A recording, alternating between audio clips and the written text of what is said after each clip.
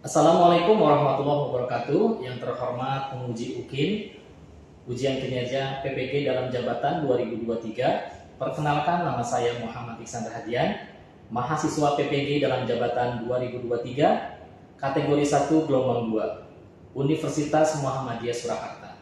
Nomor induk mahasiswa A971230039. Saya mengajar di SMK Bumi Husada Ciracas, Jakarta Timur.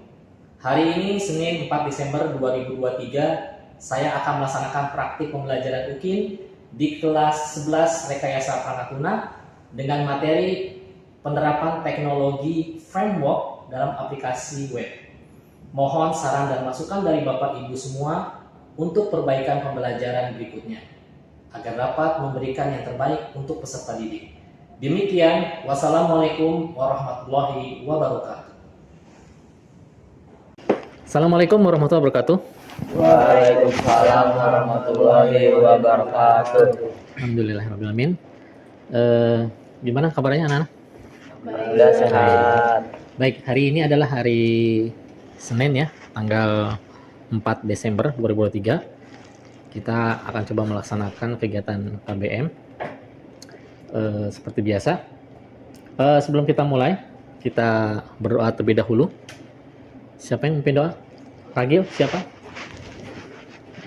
Ya kawan-kawan, sebelum mulai pelajaran hari ini, alangkah baiknya kita berdoa menurut kepercayaan masing-masing. Berdoa dimulai.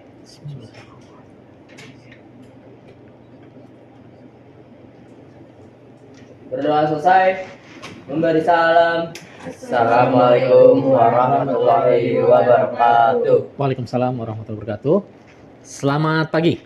Pagi luar biasa. Wah, orang nih. Ayo, selamat pagi. Pagi luar biasa. Baik, alhamdulillah kita bertemu kembali di KBM kita hari ini. Di sini gimana kabarnya hari ini? Sehat semua? Alhamdulillah sehat. Alhamdulillah sehat. Oke. Hari ini Bapak akan coba presensi. Ada yang tidak hadir? Diva hadir? Hadir ya. Filippo? Hadir? Kemudian Haris? Hadir, Pak. Ya. Iben? Hadir, Pak. Irdi Angela? Hadir. Ya. Terus Muhammad Jagat Satria? Hadir, Pak. Ragil? Hadir, Pak. Marcel? Dan Raina ya. Apa siswan kelas 11 RPL. Alhamdulillah hari ini kita ketemu lagi dalam mata pelajaran Rekayasa Perangkat Lunak. Mata pelajaran Rekayasa Perangkat Lunak elemen 4 ya, pemrograman web perangkat bergerak atau pemrograman perangkat bergerak. Oke, sebelum dimulai coba kita lihat di sini ada motivasi dari Pak Iksan. Nah, ini suatu motivasi yang bisa memberikan kalian semangat ya. Nah, ini coba kita lihat. Mana memperbesar? Nah, ini yang selama ini kita kurangnya kasih ya. Kasih mesra kita suburkan semula. Kasih fitrah yang sudah lama pudar di hati insan agar ia subur dan berbunga. Menyerikan taman kehidupan yang selama ini lesu dan layu. Buanglah semua kepentingan diri demi mencapai kasih dan sayang. Bila kasih sayang bersemi di hati, benih mahmuda akan subur kembali. Fikirkanlah hak orang lain karena kasih sesama manusia. Buanglah kepentingan diri demi mencapai kasih dan sayang.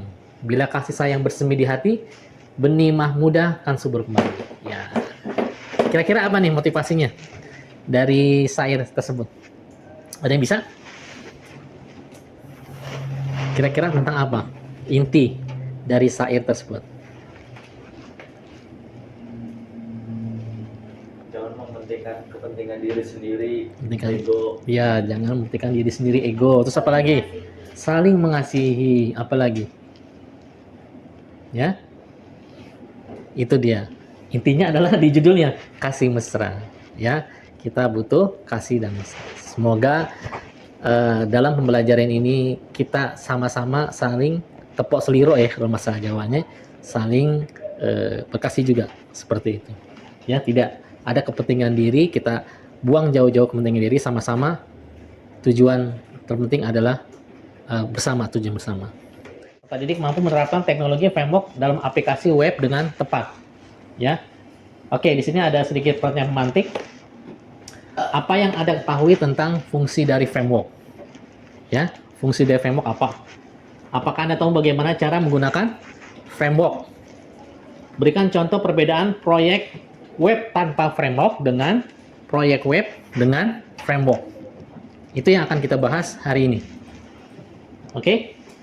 Mungkin ada yang sebelum ke kegiatan inti dari pertanyaan pemantik tersebut, ada yang tahu apa yang dimaksud dengan framework itu? Silakan. Atau berikut fungsinya. Silakan. Iben mungkin. Framework adalah jadi framework itu dia bisa bagian dari aplikasi atau tidak. Terus framework itu untuk memungkinkan pengembangan aplikasi dalam bentuk modul yang terpisah. Terus memungkinkan juga untuk pengembang itu fokus pada pengembangan satu modul tanpa khawatir cara modul interaksi modul tersebut itu dengan bagian lain dari aplikasi. Iya, itu dia ya. Jadi itu framework ya. Jadi kerangka kerja ya. Kalau dalam kita pisah arti dari frame itu apa? Kerangka ya. Kerangka. Work itu Kerja. kerja. Nah, itu simpelnya. Simple darinya pemisahan sebuah kata. Frame, kerangka, work, kerja. Kerangka kerja apa ini? Yaitu mengembangkan aplikasi berbasis website maupun desktop. Kerangka kerja di sini sangat membantu sebuah developer ya lebih struktur lagi dan struktur rapi seperti itu. Nah, itu framework yang akan kita bahas hari ini. Nah, terus kira-kira apa lagi tadi? Pertanyaan mantiknya. Cara menggunakan framework ada yang tahu? Apa saja? Bagaimana? Lebih lanjut nanti kalian diskusikan. Iya.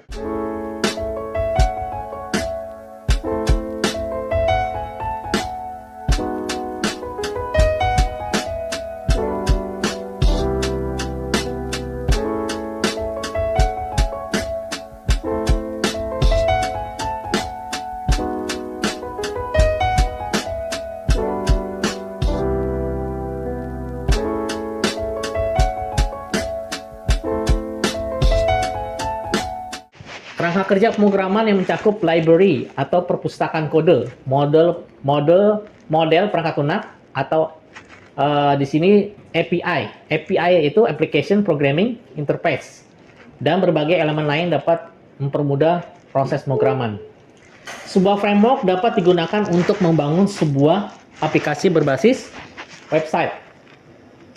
Ada yang tahu selain website kan framework ada juga untuk desktop. Contohnya apa? Modular. Ya, itu berbasis desktop, mobile. Apa? Mobile ya. Mobile. Ya, kalau website dia frameworknya ada PHP, yaitu oh ya NetBeans. Itu lebih ke desktop, ya. Nah, ini lebih ke websitenya nanti kita coba pelajari lebih lanjut. Fungsi framework di sini untuk memudahkan web developer dalam membuat sebuah website. Fungsinya apa aja? Membuat kode program menjadi lebih terstruktur. Terstruktur seperti apa? Kamu dapat menemukan kesalahan dan langsung memperbaikinya dibanding tidak menggunakan framework, yaitu disebut dengan native. Ya, jadi website yang tanpa menggunakan framework disebut native. Itu untuk prosesnya ya. Dengan website dengan yang tidak biasa yaitu pakai framework dan khusus yaitu dengan framework. Ya, kalau website tanpa framework itu disebut juga native, ya, pure, asli. Ya, nanti kalian diskusikan bagaimana contoh coding membuat website dengan framework dan tanpa framework. Itu bedanya apa? Seperti itu. Nah, kalau untuk jenisnya, untuk website kan ada dinamis, ada statis, ya kan, responsif dan sebagainya. Nah, untuk jenisnya itu nanti bisa ditambahkan dengan apa? Biar lebih menarik dengan tampilan coding atau framework apa? CSS. Di CSS tidak ada lagi frameworknya. Di programming PHP frameworknya apa lah contohnya? Laravel, terus CodeIgniter, ya nanti Bapak akan sampaikan. Banyak sekali tuh framework PHP, CSS. Nah, yang kedua apa? Meningkatkan keamanan. Kenapa sih kok bisa meningkatkan keamanan? Karena contohnya framework Laravel yang sudah mengadopsi berbagai sistem keamanan seperti autentikasi, enkripsi, hashing. Contohnya ada yang tahu skripnya apa? Untuk autentikasi yang diketahui teman-teman? Ya. Nah, itu banyak sekali ya. Nah, nanti coba mempercepat pembuatan website, ya. Gimana cara membuatnya? Tidak perlu menulis kode dari awal sehingga dapat mempercepat pembuatan website. Oke, analogi seperti ini. Kalian membeli sebuah rumah. Di situ banyak sekali kamar-kamarnya. Ada kamar ruang tamu, ruang tidur, kamar mandi, lantai 1, 2, dan sebagainya. Itu masing-masing disekat. Nah, kalau dianalogkan dengan website, itu website diatur dengan sembilan rupa ya. Ada beberapa struktur website yang sudah disediakan library-nya masing-masing untuk header, footer segala macam ya kan, dan berbagai fungsi lainnya, elemen lainnya dalam struktur website. Nah, seperti analoginya. Jadi kalau kita membuat website, misalkan apa dulu? Biasanya header, footer, apalagi struktur website. Kira-kira apa lagi pembuatan struktur website yang biasanya? Itu landing page ya, mungkin di landing page. Nah, di library landing page apa aja nih disediakan fitur-fiturnya. Jadi sudah disediakan fiturnya, jadi nggak usah buat dari awal seperti native dari nol gitu. Nah, ini sudah disediakan. Dah, jadi gampang dong Pak. Tidak juga, not so fast ya. Yang selama ini orang awam baru awal programming, wah ternyata framework tuh katanya sudah disediakan semuanya. Ya sediakan juga harus dengan coding juga, harus library, harus banyak jam terbang dalam codingnya. Jadi kalau ada masalah juga tetap memang source kita banyak ya, tutorial di internet segala macam, kita bisa apapun. Nah, nanti kalian tetap optimis ketika ada masalah di bug, error. Kalian cepat mundur. Nah, itu yang jadi permasalahan. Apa yang jadi masalah? Kalian tidak melanjutkan tugas proyek coding. Pertama, salah satunya adalah yang ngebug ya. Kalian sudah mundur duluan, menyerah duluan. Jangan. Jadi terus mencari kenapa kesalahannya letak di mana. Itu salah satunya. Kemudian pemeliharaan perawatan website lebih mudah. Ya, menggunakan pola arsitektur yang beragam. Mungkin kolaborasi. Seperti apa kolaborasi dengan apa nih? Ya kan? Tekan satu tim lainnya. Ya, itu bisa. Nah, kita langsung masuk ke jenis-jenis framework. Framework PHP, ya. Bahasa pemrograman scripting yang biasa digunakan pada server side. Apa maksud dari server side? Client side, server side. Pada posisi apa server side, client side? Bahasa sederhananya. Server side adalah di pihak pengembang, ya, pembuat, developer. Kalau client side, tampilan pada pengguna, konsumen. Nanti di tiap konsumen UI-nya seperti apa UX ini? Oh, tampilannya bagus nih, gitu. Makanya sebelum kita launching website, itu kita harus tahu pengguna testing ya. Oh nih ada yang kurang seperti ini nih. Ya, tampilan gambarnya mungkin terlalu kecil atau frame atau tabelnya terlalu keluar jalur. Nah, itu harus di testing dulu. Nah, contohnya apa tuh framework PHP? Ya, yaitu Laravel. Ya, ini mempunyai sintak yang elegan, rapi, dan ringkas. Cocok bagi Anda yang belajar PHP framework, sebab CodeIgniter mudah dipahami dan mempunyai dokumentasi lengkap. Ya, itu. Kemudian, yang kedua, CodeIgniter ya. Sangat cocok bagi Anda yang belajar untuk mudah dipahami. Kalau tadi Laravel, sintaknya elegan, rapi, CodeIgniter mudah dipahami. Ada lagi, Symfony. Ya. Cuman kita yang sering pakai adanya dua nih, Laravel dan CodeIgniter. Tapi yang lebih sering adalah Laravel. Ya, sekarang perkembangan Laravel udah berapa versinya? Dari tahun ke tahun ya, update terus. Symfony, ya, kemudian Yi, Zen, Cake PHP, Falcon, ya, Vue PHP, Fat Free, Aura, dan sebagainya. Nah, kemudian framework JavaScript tadi PHP ya. Sekarang JavaScript atau JS. Ini juga tampilannya lebih menarik lagi nih. Lebih apa lagi responsif, lebih JavaScript merupakan salah satu bahasa pemrograman terpopuler dalam web development, ya. Salah satunya adalah yaitu framework Vue.js, ya. Ini memberikan kenyamanan yang sangat sederhana, ya kan? Contohnya ada yang tahu pakai Vue.js seperti apa? Contohnya website apa? Ada yang pernah ngalamin memakai? Ya, nanti kalian bisa lihat, oh website ini ternyata pakai Vue.js. Bisa kalian lihat website manapun dianalyze pakai bahasa pemrograman, pakai bahasa pemrograman apa saja, frameworknya apa. Ada yang tahu pakai analyze apa? Kalau website itu ada ya, analyzer website ya. Facebook pakai Vue.js, ya. React.js, ya.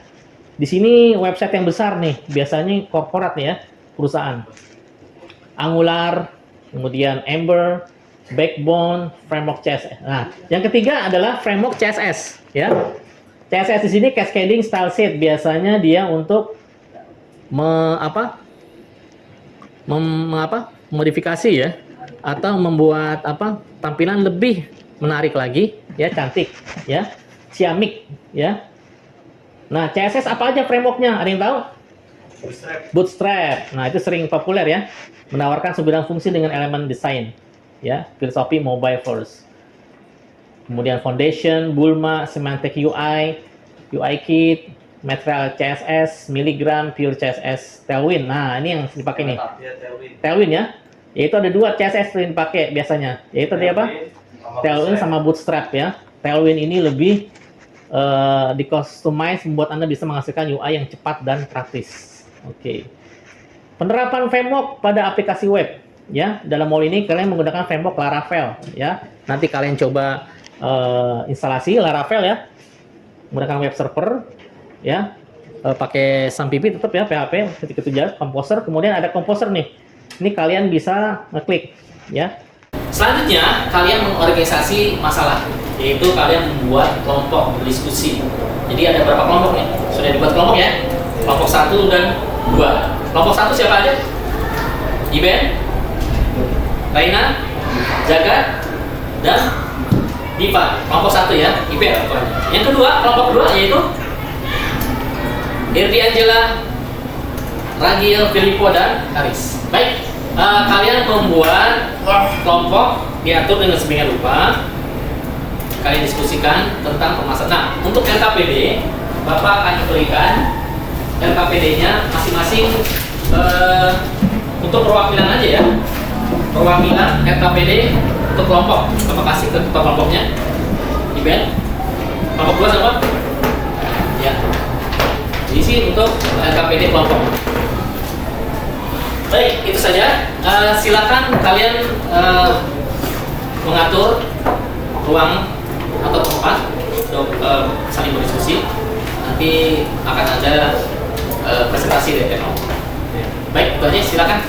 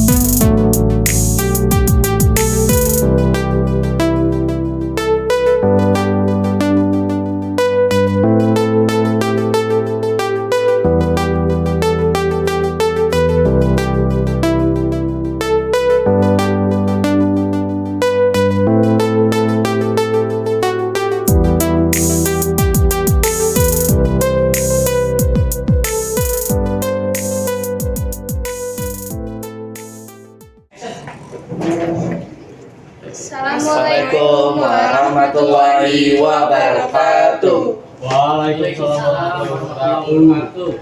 Oke, kali ini kelompok satu lagi akan mempresentasikan sebuah Laravel yang berupa 5W, 1H, dan juga nanti ada permasalahan dan solusinya. Sebelum itu, kita perkenalan dulu. Nama saya Ibnu Masud. Nama saya Muhammad Jaga Satria. Nama saya Raina. Nama saya Diva.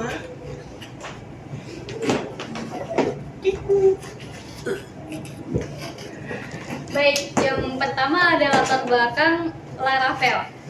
Laravel adalah salah satu framework pengembangan aplikasi web yang paling populer dalam ekosistem PHP. Dikembangkan oleh Taylor Outwell. Laravel pertama kali dirilis pada tahun 2011 sebagai alternatif yang lebih bersih, lebih mudah digunakan, dan lebih terstruktur dibandingkan dengan framework PHP lainnya yang ada pada saat ini. Laravel adalah sebuah framework PHP open source yang digunakan untuk mengembangkan aplikasi web. Ini menawarkan serangkaian alat dan fitur yang kuat untuk mempermudah pengembangan web, termasuk sistem routing, manajemen database, keamanan, templating, dan masih banyak lagi. Yang kedua ada why. Kenapa? Kenapa Laravel digunakan dalam pengembangan web? Laravel digunakan karena menyediakan struktur yang terstruktur dan mempercepat proses pengembangan web. Dengan fitur-fitur yang canggih seperti ORM, sistem templating web, dan migrasi database, Laravel membantu pengembangan membangun aplikasi yang andal dan scalable.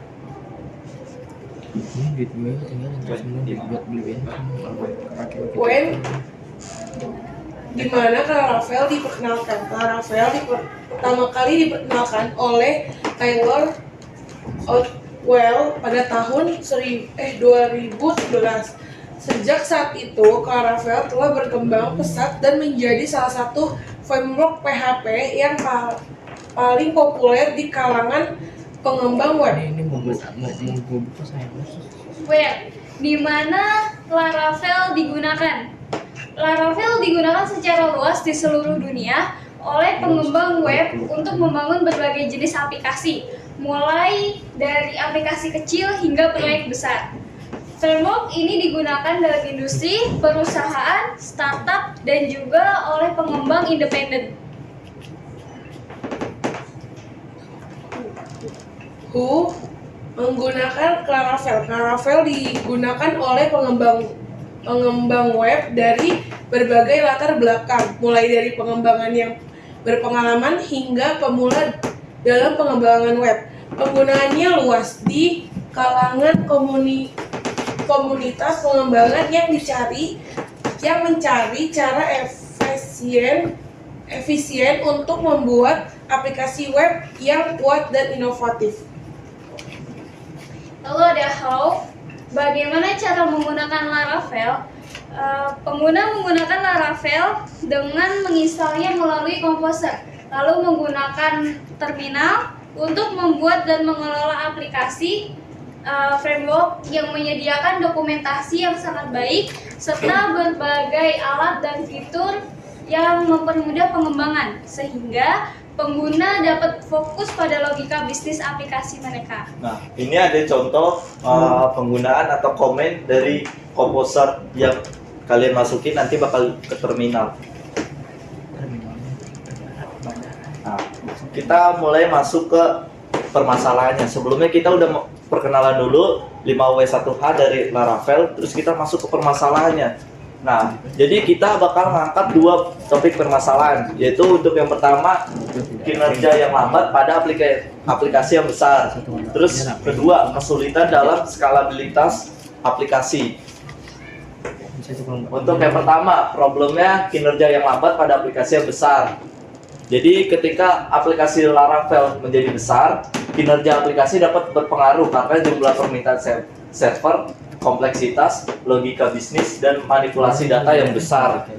Nah, untuk solusinya dari permasalahan itu, untuk pertama melakukan dredging. Apa sih itu? Yaitu menggunakan mekanisme seperti Redis atau memanfaatkan sistem caching bawaan Laravel yang membantu meningkatkan kinerja dengan menyimpan hasil yang sering diminta. Terus kedua, optimisasi query, yaitu dengan memperbaiki query database dengan memanfaatkan fitur-fitur seperti Eloquent ORM untuk meminimalkan jumlah query dan memaksimalkan efisiensi pengambilan data. Jadi solusi ini tuh lebih singkatnya itu untuk mengatasi jumlah request pada server.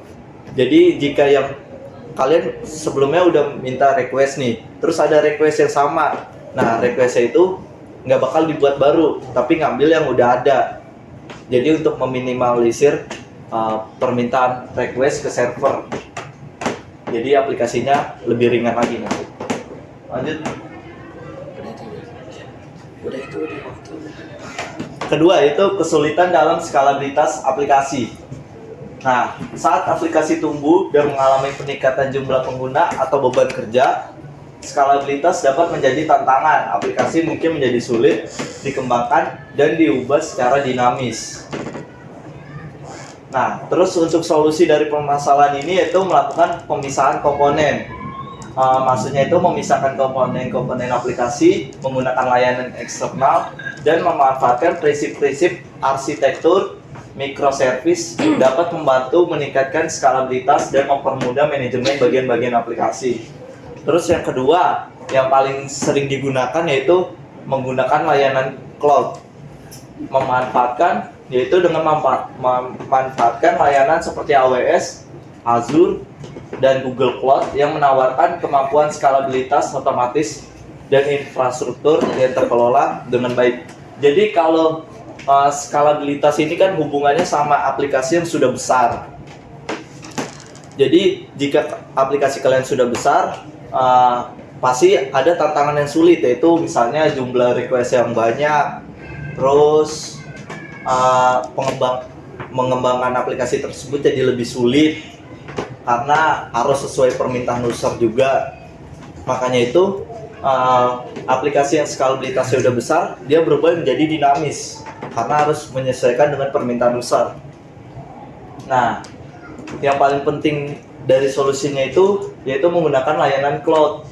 Jadi salah satunya itu APS mungkin private server. Jadi dengan adanya itu skalabilitas aplikasi kalian jadi lebih baik.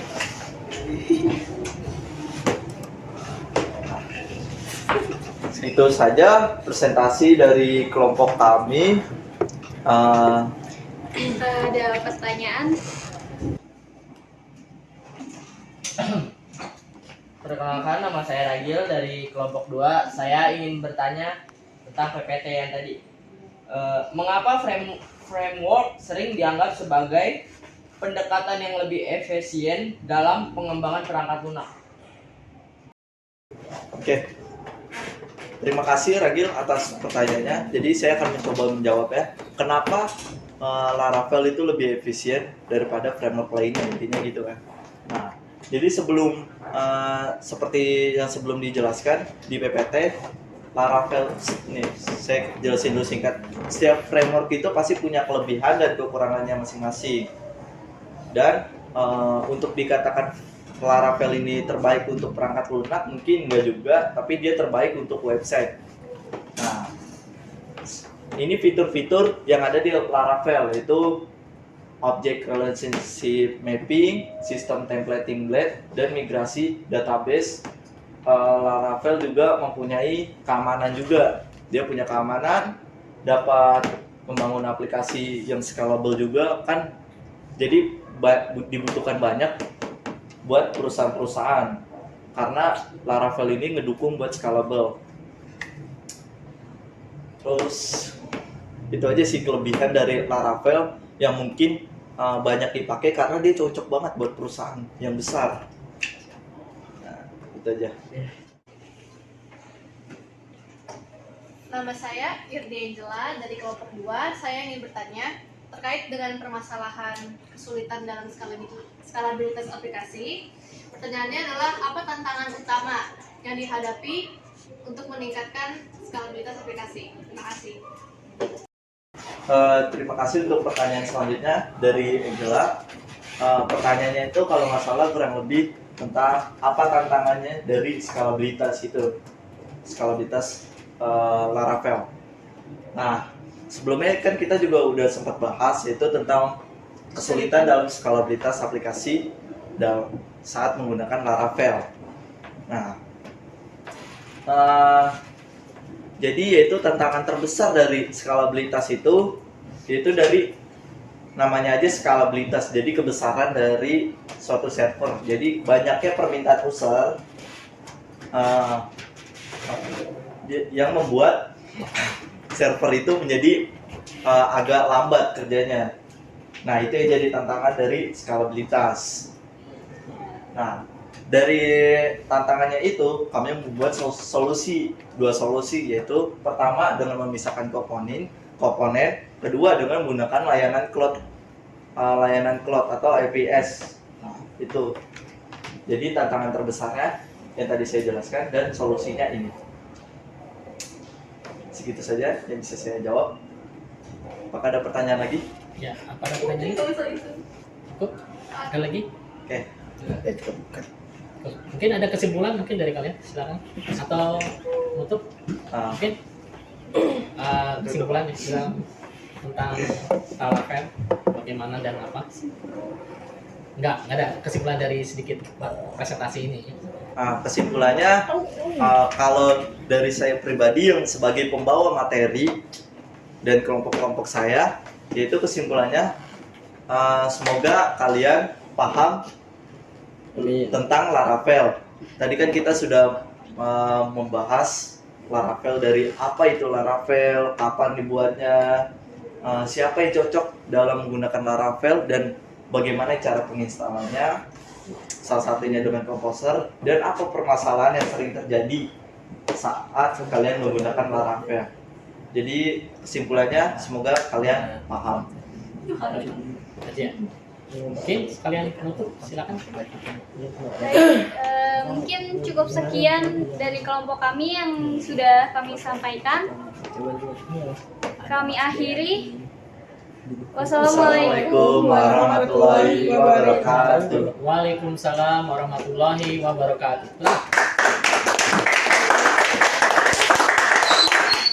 Jadi untuk kesimpulan pada pembelajaran hari ini adalah kita bisa lebih mengenal framework dari bahasa apapun, misalkan framework dari bahasa PHP, CSS, dan JavaScript. Nah, ada lagi kita bisa lebih jauh mendalami macam-macam frameworknya.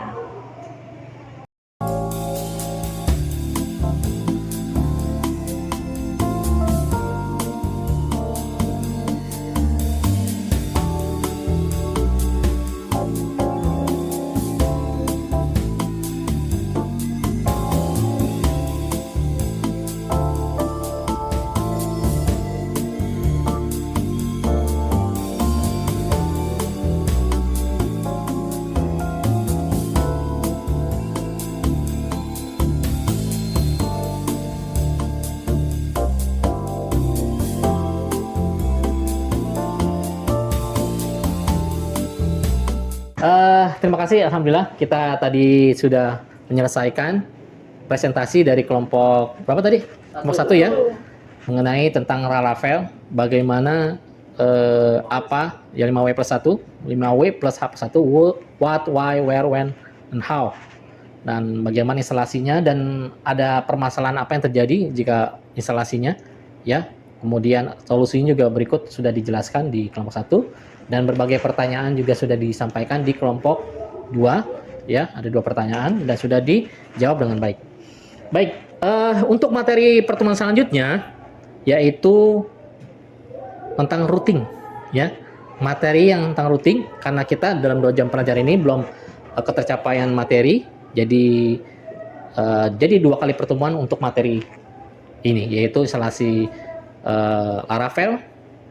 Kemudian yang kedua adalah buatan routing. Yang kedepannya pertemuan saja adalah buatan routing, yaitu untuk menghubungkan file web, ya, agar bisa lebih mudah lagi dan lebih praktis lagi. Baik, itu saja dari pertemuan hari ini. Ada lagi yang disampaikan? Tidak ada, ya, cukup, ya. Baik, sebelumnya motivasi, ya. Kira-kira apa yang motivasi hari ini, ya, untuk pertemuan kita hari ini? Semoga apa yang kita kerjakan hari ini niatkan untuk ibadah kepada Allah, Tuhan Bapa kita, akan mendapat pahala, dan materi kali ini bisa kalian serap kemudian aplikasikan di proyek-proyek selanjutnya tanpa ada kendala apapun. Amin. Baik, kita tutup saja pertemuan kali ini dengan dipimpin oleh siapa? Ragil kembali. Siap. Siap. Mari kawan, sebelum kita pulang, alangkah baiknya kita berdoa. Berdoa menurut kepercayaan masing-masing. Berdoa dimulai.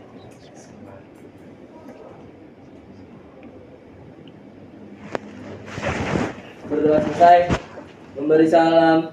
Assalamualaikum warahmatullahi wabarakatuh. Waalaikumsalam warahmatullahi wabarakatuh. Sampai berjumpa kembali pada lain kesempatan, dan kita tetap semangat.